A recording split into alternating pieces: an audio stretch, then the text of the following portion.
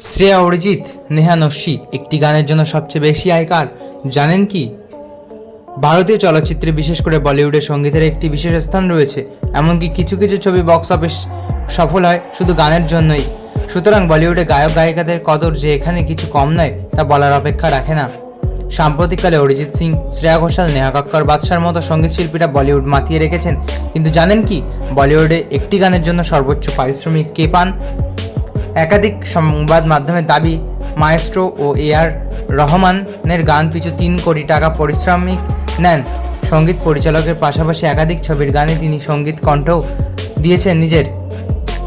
এ.আর রহমান বা তার টিম যদি এই তথ্যের উপর কোনো শিলমোহর বসাননি। সবটাই ইন্ডাস্ট্রির চর্চা। ৩ দশক ধরে সঙ্গীত ইন্ডাস্ট্রিতে রাজত্ব করছেন আর রহমান। মণি রত্নম পরিচালিত 1992 সালে রোজা ছবির মাধ্যমে তিনি সঙ্গীত পরিচালক হিসেবে আত্মপ্রকাশ করেন।